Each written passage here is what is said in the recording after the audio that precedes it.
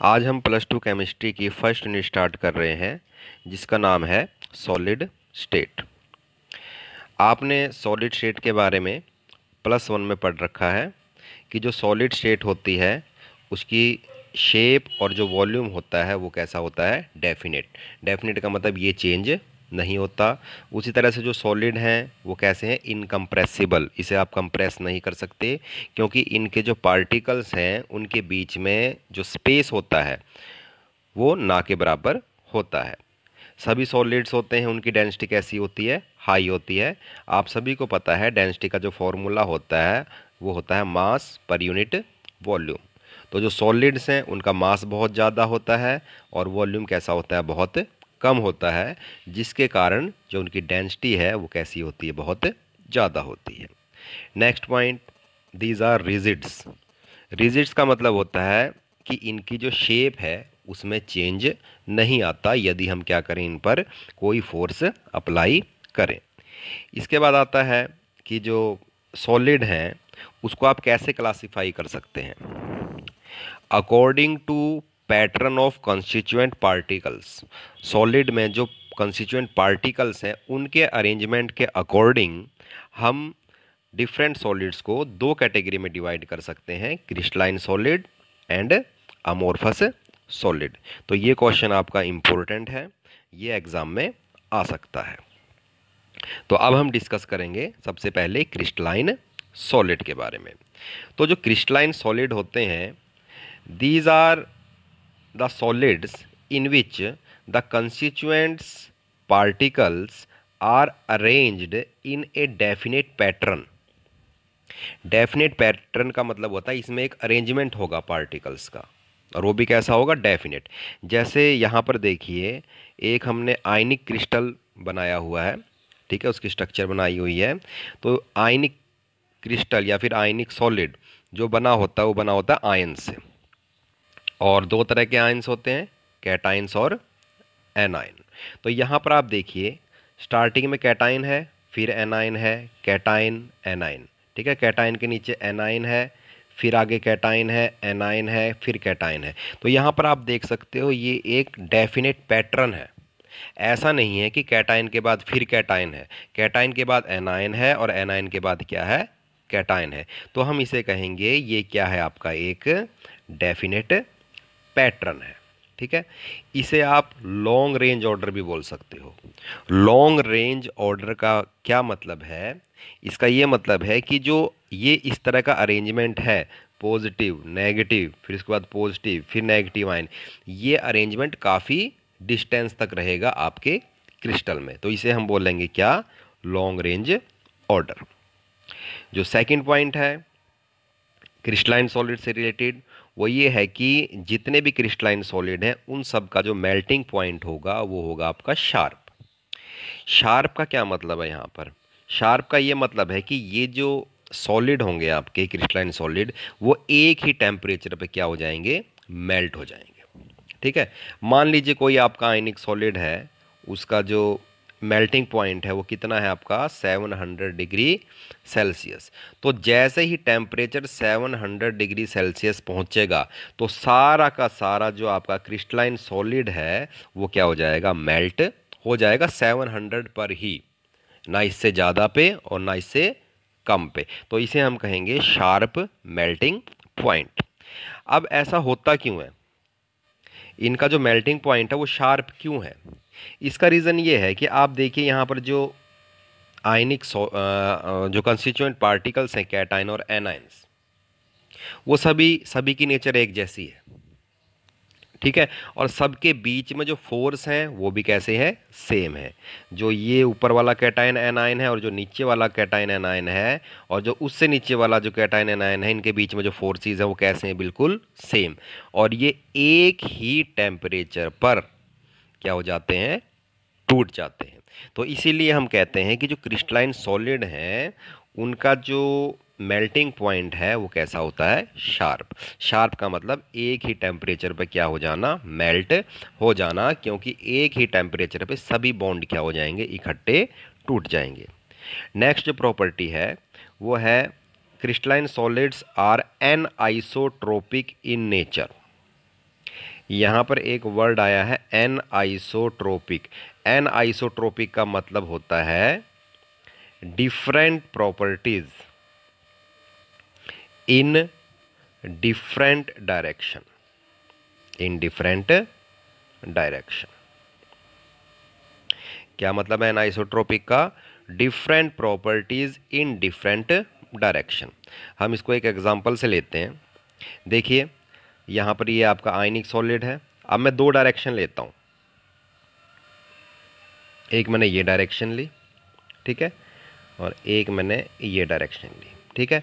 अब मैं इन दोनों डायरेक्शन में किसी भी प्रॉपर्टी को एक्सप्लेन करना चाहता हूँ। मान लीजिए रिफ्रैक्टिव इंडेक्स को मैं एक्सप्लेन करना चाहता हूँ। रिफ्रैक्टिव इंडेक्स, रिफ्रैक्टिव इंडेक्स बताता है आपको कि आपकी जो लाइट है उसकी स्पीड क्या है आपके क्रिस्टल के अंदर, ठीक है, आपके सॉलिड के अंदर। तो अब आप देखिए यहाँ पर मैंने दो डायरेक्शन ली हैं। इस डायरेक्शन को मैंने ए नाम दिया है और इसको डायरेक्शन को मैंने क्या नाम दिया है? बी।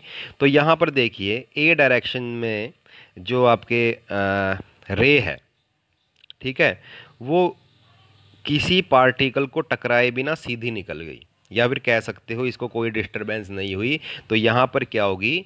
इस रे की स्पीड कैसी होगी? तेज होगी। अगर मैं वही रे बी डायरेक्शन के अलोंग डालूं तो वहाँ पर देखिए बी डायरेक्शन के अलोंग आपको नेगेटिव आयंस मिलेंगे, ठीक है, जिसके कारण जो रे है उसकी स्पीड क्या हो जाएगी? कम हो जाएगी। तो हम कह सकते हैं यहाँ पर दोनों डायरेक्शंस में जो रिफ्रैक्टिव इंडेक्स होगा वो कैसा होगा? अलग अलग होगा। ओके, तो डिफरेंट प्रॉपर्टीज क्या हुई? In different direction.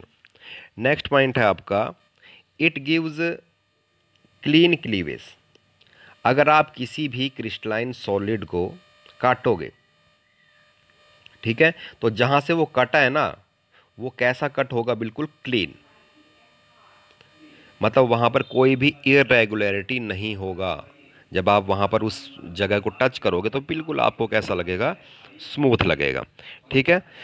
उससे नेक्स्ट इसकी प्रॉपर्टी है, इसके एग्जांपल हैं क्रिस्टलाइन सॉलिड के। जितने भी आपके एलिमेंट हैं, ठीक है, सॉलिड एलिमेंट्स हैं, वो सभी क्या हैं? आपके क्रिस्टलाइन सॉलिड, ठीक है। जैसे सिल्वर हो गया, कॉपर हो गया, जितने भी आपके एलिमेंट हैं सॉलिड, वो सभी क्या है? आपके क्रिस्टलाइन सॉलिड। उस तरह से जो क्वार्ट्ज है जो सिलिका का बना होता है वो भी क्या है? आपका क्रिस्टलाइन सॉलिड है। इसके बाद बात करते हैं हम अमोर्फस सॉलिड की। तो जो अमोर्फस सॉलिड है, प्रॉपर्टीज जो होंगी अमोर्फस सॉलिड की वो क्रिस्टलाइन से बिल्कुल अपोजिट होंगी। हमने क्रिस्टलाइन में पढ़ा था जो अरेंजमेंट है कंस्टिट्यूएंट पार्टिकल का वो ऑर्डर में है, एक पैटर्न है डेफिनेट, लेकिन यहां पर कोई डेफिनेट पैटर्न नहीं होगा और इसे आप कह सकते हो शॉर्ट रेंज ऑर्डर। यहां पर आपको डायग्राम दिखाई दे रहा है। इस डायग्राम में आप देखिए ये जो कंस्टिट्यूएंट पार्टिकल्स हैं इनका अरेंजमेंट रेगुलर नहीं है, कोई एटम कहीं है कोई एटम कहीं है, ठीक है, जिससे भी ये मिलके बना है। तो ये आपका किसका एग्जाम्पल है? अमोर्फस सॉलिड का। सेकंड जो प्रॉपर्टी है वो है amorphous solids are isotropic in nature. Crystalline में हमने कहा था एनाइसोट्रोपिक और इसमें हम कर रहे हैं आइसोट्रोपिक। आइसो का मतलब होता है सेम, ठीक है। तो वहां पर हमने लिखा था different properties in different direction, इसमें क्या होगा? Same property in different direction. उसी तरह से मान लीजिए मैं कोई दो डायरेक्शन ले रहा हूं यहां भी, ठीक है, एक मैंने ये डायरेक्शन ली और एक मैंने ये डायरेक्शन ली, ठीक है। उस तरह से ये इस डायरेक्शन को मैं ए नाम दे रहा हूं और इस डायरेक्शन को मैं क्या नाम दे रहा हूं? बी। यहां भी मैं क्या करना चाहता हूं? इसका रिफ्रैक्टिव इंडेक्स नोट करना चाहता हूं, ठीक है। तो जब आप इन दोनों डायरेक्शन में रिफ्रैक्टिव इंडेक्स नोट करोगे, रे की स्पीड नोट करोगे, ठीक है, तो लगभग कैसी आएगी? सेम आएगी। अब सेम क्यों आएगी? क्योंकि इसमें अरेंजमेंट जो है वो रेगुलर तो है नहीं, ठीक है, दोनों डायरेक्शन में ही दोनों तरह के जो कंस्टिट्यूएंट पार्टिकल हैं वो मौजूद होंगे। और अगर आप एवरेज निकालोगे तो दोनों डायरेक्शन में जो रिफ्रैक्टिव इंडेक्स होगा वो कैसा होगा, लगभग सेम होगा। Next property, gives irregular cut. उसमें रेगुलर कट था, इसमें कैसा होगा, इर्रेगुलर कट। जैसे कभी ग्लास अगर आपका टूट जाए, ठीक है, तो आप उसकी जो साइड्स हैं अगर आप उसको टच करोगे तो आपको इर्रेगुलरिटी दिखाई देगी। ठीक है, तो ग्लास जो आपका एग्जाम्पल है वो किसका है, अमोर्फस सॉलिड का। उससे नेक्स्ट है आपका melt over A range of temperature. तो वहाँ हमने जो क्रिस्टलाइन सॉलिड था उसमें हमने क्या पढ़ा था कि जो क्रिस्टलाइन सॉलिड है उनका जो मेल्टिंग पॉइंट है वो कैसा होता है, शार्प होता है। लेकिन यहाँ पर जो मेल्टिंग पॉइंट है वो शार्प नहीं होगा। यहाँ पर जो आपका जो सॉलिड है वो एक, वहाँ पर एक रेंज आएगी मेल्टिंग पॉइंट की। ठीक है, जैसे कि 100 से जैसे ये है आपका 100 टू 120 डिग्री सेल्सियस, ये एक रेंज है। इसमें अलग अलग तरह के बॉन्ड होंगे, अलग अलग तरह के इंट्रैक्शन होंगे। ठीक है, सबसे पहले वो इंट्रैक्शन टूटेंगे जो वीक होंगे, और लास्ट में कौन से इंट्रैक्शन टूटेंगे, जो सबसे स्ट्रांग होंगे। तो ये मेल्ट होंगे लेकिन एक रेंज पर। ठीक है, क्योंकि इसमें डिफरेंट टाइप ऑफ इंट्रैक्शन होते हैं। उसी तरह से जो आपके जो अमोर्फस सॉलिड्स हैं उन्हें हम सुपर कूल्ड लिक्विड या फिर सूडो सॉलिड्स भी बोलते हैं। अब ये सुपर कूल्ड लिक्विड है क्या या फिर सूडो सॉलिड्स हैं क्या, ये वो सॉलिड हैं जो मूव कर सकते हैं लिक्विड की तरह। मूवमेंट होती है पार्टिकल्स की लेकिन बहुत कम होती है, लेकिन होती है। ठीक है, जैसे जो आपकी बिल्डिंग्स हैं पुरानी, वहाँ पर जो ग्लास लगा होता है खिड़कियों पे, ठीक है, जब उन्होंने लगाया था वो ग्लास तब तो ऊपर और नीचे से दोनों साइड से सेम थी उसकी थिकनेस। लेकिन बहुत टाइम के बाद, 40-50 सालों के बाद हम ये देखते हैं कि जो ग्लास है वो ऊपर से तो हो जाता है थिन, पतला,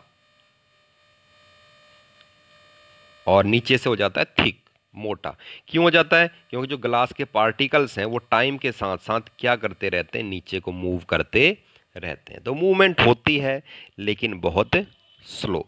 तो ऐसे सॉलिड्स को हम क्या बोलते हैं, सूडो सॉलिड। ठीक है, तो इसके जो एग्जांपल्स हैं वो है क्वार्ट्ज ग्लास, रबड़, प्लास्टिक, पिच। ये एक तरह, ये कोयले से निकलता है, एक तरह का सड़क निर्माण में इसका यूज़ होता है। उसी तरह से ये तार है, ये कोल तार होता है, वही यूज़ है, दोनों कोयले से निकलते हैं, पिच और टार, और आपके पॉलीमर्स। ठीक है, ये सभी एग्जाम्पल होंगे आपके किसके, अमोर्फस सॉलिड के। ये एग्जाम्पल दे रखा है यहाँ पर अमोर्फस और क्रिस्टलाइन का। तो यहाँ पर देखिए ये जो पहले वाला अरेंजमेंट है ये क्रिस्टलाइन का है, क्योंकि जो कंस्टिट्यूएंट पार्टिकल्स हैं दीज आर रेगुलरली अरेंज्ड, एक डेफिनेट पैटर्न में अरेंज्ड हैं सभी। और जो ये आपका अमोर्फस है इसमें आप देखिए जो पार्टिकल्स हैं उनमें कोई रेगुलर पैटर्न नहीं है। इसके बाद आता है आपका classification of crystalline solid. Crystalline solid की क्लासिफिकेशन किस बात पे बेस है, ये डिपेंड करेगी classification upon the nature of constituent particle, जो उसमें पार्टिकल मौजूद हैं और उनके बीच में कैसे फोर्सेस हैं। तो इसमें टोटल 4 कैटेगरीज हैं। ठीक है, तो जो फर्स्ट कैटेगरी है आपकी वो है आपकी आयनिक सॉलिड। नाम से ही पता चल रहा है ये सॉलिड कौन से सॉलिड होंगे, जिसमें जो कंस्टिट्यूएंट पार्टिकल्स होंगे वो सभी क्या होंगे, आपके आयंस, जैसे कि सोडियम क्लोराइड। ठीक है, अगर मैं सोडियम क्लोराइड के स्ट्रक्चर के बारे में बताऊं तो इस तरह का अरेंजमेंट होता है, Na positive Cl negative, Na positive Cl negative, regular arrangement है। देखिए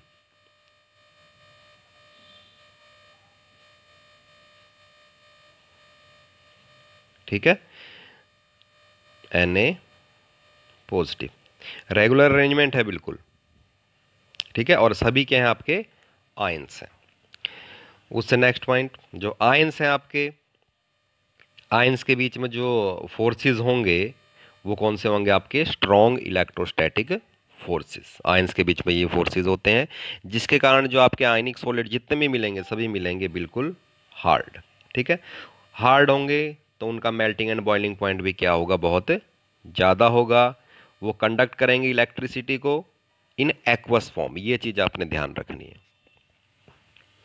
एक्वस फॉर्म में वो क्या करेंगे, सॉरी, एक्वस फॉर्म में वो इलेक्ट्रिसिटी को कंडक्ट करेंगे।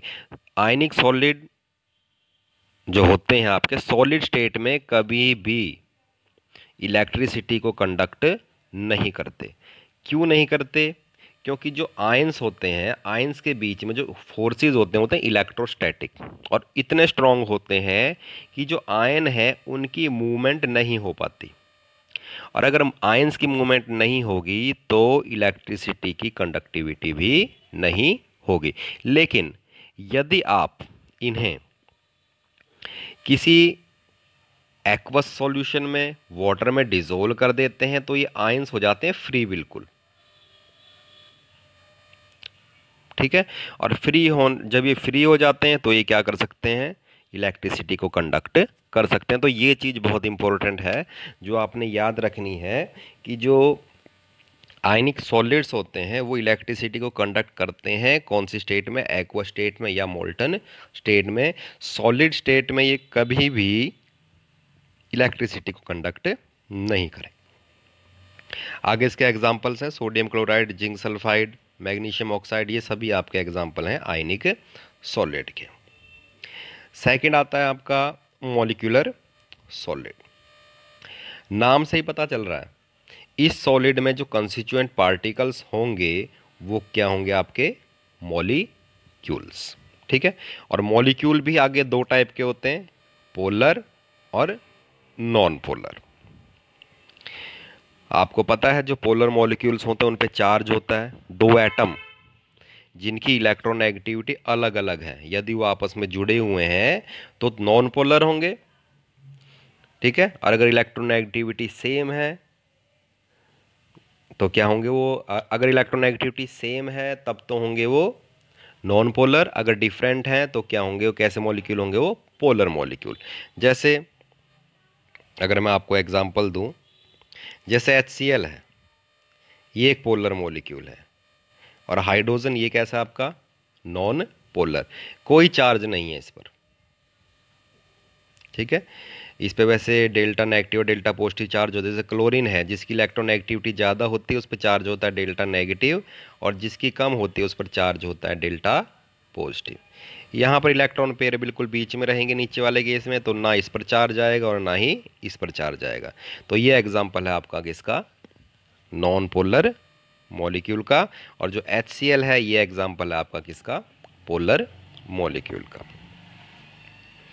तो ये जो पोलैरिटी है मॉलिक्यूल की उसको बताता है हमारा डाइपोल मोमेंट, ये भी हमने +1 में पढ़ा हुआ है। तो चलिए पहले बात करते हैं मॉलिक्यूलर सॉलिड की, अभी बात कर रहे थे। तो कंस्टिट्यूएंट पार्टिकल ये मैंने बता दिया था आपको, मॉलिक्यूल्स होंगे, और मॉलिक्यूल भी दो टाइप के होंगे, पोलर और नॉन पोलर।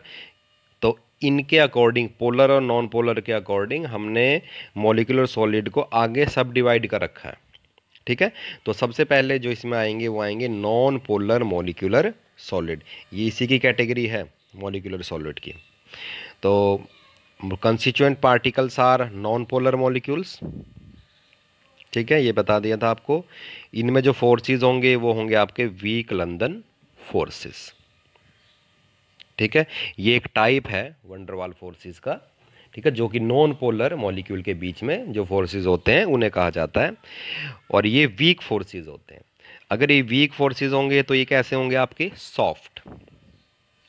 ठीक है, नेक्स्ट आपका नॉन कंडक्टर, इलेक्ट्रिसिटी को कंडक्ट नहीं करेंगे। क्यों नहीं करेंगे, क्योंकि इसमें ना तो आयंस हैं और ना ही इलेक्ट्रॉन्स हैं।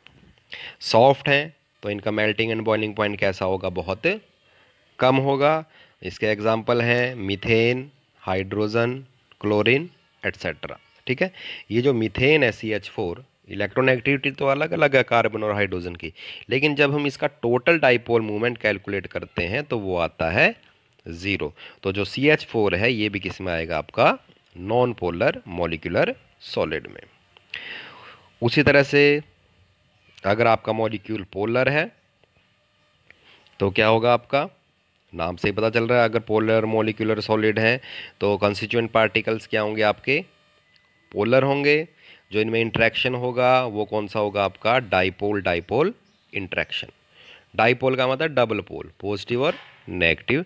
यहाँ पर हमने एग्जांपल ले रखा, देखिए जैसे HCl है आपका, ठीक है, ये एक डाइपोल है। Cl पे चार्ज है नेगेटिव, हाइड्रोजन पे चार्ज है पॉजिटिव, ठीक है, इसको पॉजिटिव कर लेना। तो ये एक डाइपोल बन गया, इधर भी एक डाइपोल बन गया। तो नेगेटिव एंड क्या करेगा, दूसरे मॉलिक्यूल के पॉजिटिव एंड को अपनी ओर अट्रैक्ट करेगा। तो इससे यहाँ पर एक फोर्सेस क्रिएट हो जाएंगे जिसे हम क्या बोलेंगे, डाइपोल डाइपोल इंटरेक्शन। तो ये भी इंटरेक्शन इतने स्ट्रॉन्ग नहीं होते, ये भी वीक इंटरेक्शन में ही आते हैं, ठीक है। नेक्स्ट है आपका non conductor of electricity. Electricity को कंडक्ट नहीं करेगा उसी तरह से, क्योंकि ना तो इसमें आयंस हैं और ना ही इसमें इलेक्ट्रॉन्स हैं, ठीक है। लो फोर्सेस हैं, लो फोर्स ऑफ अट्रैक्शन है, तो melting point and boiling point इनका लो होगा और कैसे होंगे, सॉफ्ट होंगे। और ये एग्जिस्ट करेंगे गैस फॉर्म में या फिर लिक्विड फॉर्म में एट रूम टेम्परेचर, ठीक है। रूम टेम्परेचर पे इतने इंट्रैक्शन नहीं हो पाते इनमें कि ये सॉलिड फॉर्म में एग्जिस्ट कर सकें, तो रूम टेम्परेचर पे ये गैस और लिक्विड फॉर्म में एग्जिस्ट करते हैं। तीसरी कैटेगरी इसी में आती है मॉलिक्यूलर सॉलिड में, और वो है आपकी हाइड्रोजन बॉन्डेड मॉलिक्यूलर सॉलिड। ये भी पोलर मॉलिक्यूल्स ही होंगे, लेकिन जैसे नाम से ही पता चल रहा है इसमें हाइड्रोजन बॉन्डिंग होगी, ठीक है। हाइड्रोजन बॉन्डिंग की क्या कंडीशन है, जो हाइड्रोजन है वो एक हाईली इलेक्ट्रोनेगेटिव एलिमेंट से जुड़ा होना चाहिए। उसमें 3 एलिमेंट आते हैं, फ्लोरीन, ऑक्सीजन और नाइट्रोजन, जो कि मोस्ट इलेक्ट्रोनेगेटिव एलिमेंट हैं पीरियोडिक टेबल में। फ्लोरीन जो है वो सबसे ज़्यादा इलेक्ट्रोनेगेटिव है, उसकी इलेक्ट्रोनेगेटिविटी 4 है, ठीक है। नंबर में हम इलेक्ट्रोनेगेटिविटी को बताते हैं। तो इसमें कौन से फोर्स बनेंगे आपके, स्ट्रॉन्ग हाइड्रोजन बॉन्ड। जैसे आपका HF है, हाइड्रोजन फ्लोराइड, हाइड्रोजन फ्लोराइड, ठीक है।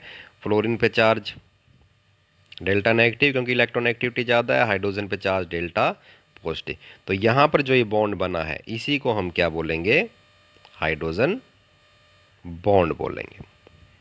तो ये थोड़ा स्ट्रॉन्ग बॉन्ड है as compare to dipole dipole interaction.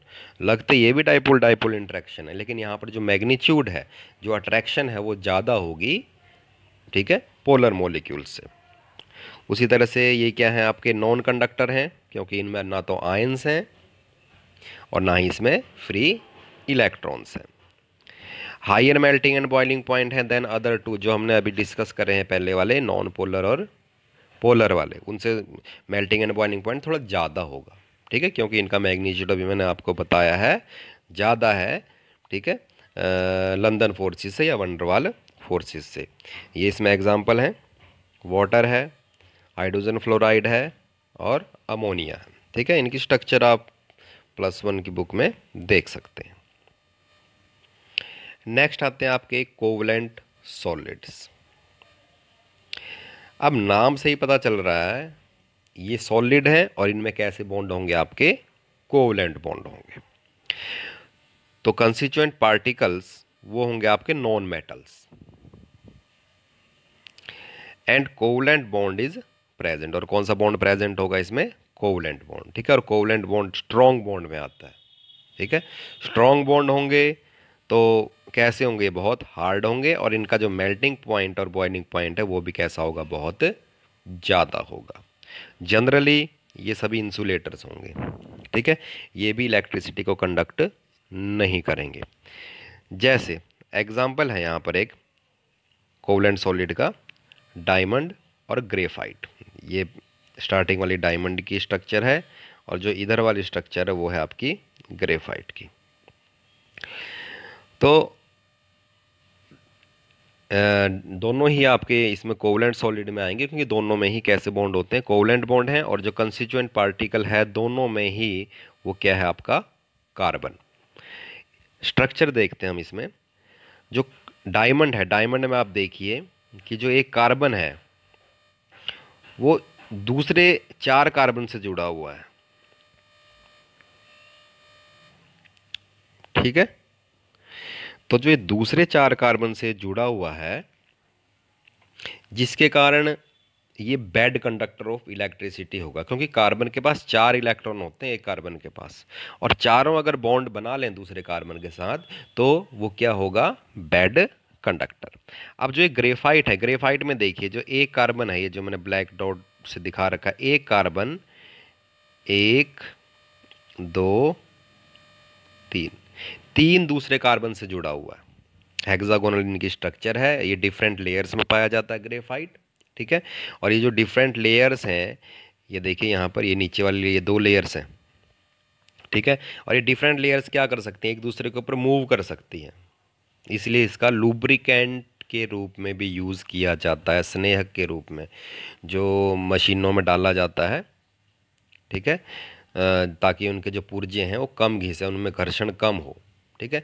क्यों, क्योंकि जो ग्रेफाइट हैं और लेयर्स के रूप में मिलते हैं, और लेयर्स के कारण ये क्या करता है, घर्षण को क्या कर देता है, कम कर देता है, रेजिस्टेंस को कम कर देता है, ठीक है। तो यहाँ पर जो कार्बन है ग्रेफाइट में, उसमें भी मैंने बताया था आपको कि एक कार्बन 3 कार्बन से जुड़ा होता है, तो इसमें 1 इलेक्ट्रॉन फ्री रहता है, जो कि क्या करता है, इलेक्ट्रिसिटी को कंडक्ट करता है, ठीक है। तो ये ध्यान रखना आपने कि ग्रेफाइट जो है वो गुड कंडक्टर है due to presence of free electron, और जो आपका डायमंड है वो बैड कंडक्टर है due to absence of free electron. Diamond में जो है हाइब्रिडाइजेशन वो है sp3, ग्रेफाइट में जो हाइब्रिडाइजेशन वो है आपकी sp2। नेक्स्ट जो आता है आपका सॉलिड वो है आपका मेटेलिक सॉलिड। तो नाम से ही पता चल रहा है इसमें इसमें क्या किन किन के सॉलिड्स हैं, मेटल्स के। जितने भी मेटल्स हैं वो किस फॉर्म में मिलते हैं, आपके सॉलिड फॉर्म में।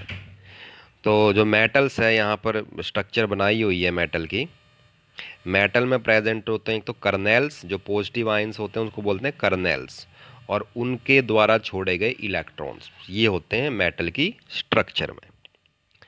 तो जो कंस्टिट्यूएंट पार्टिकल्स हैं वो क्या क्या हैं आपके, पॉजिटिवली चार्ज्ड मेटल आयंस, और क्या है आपके इलेक्ट्रॉन्स।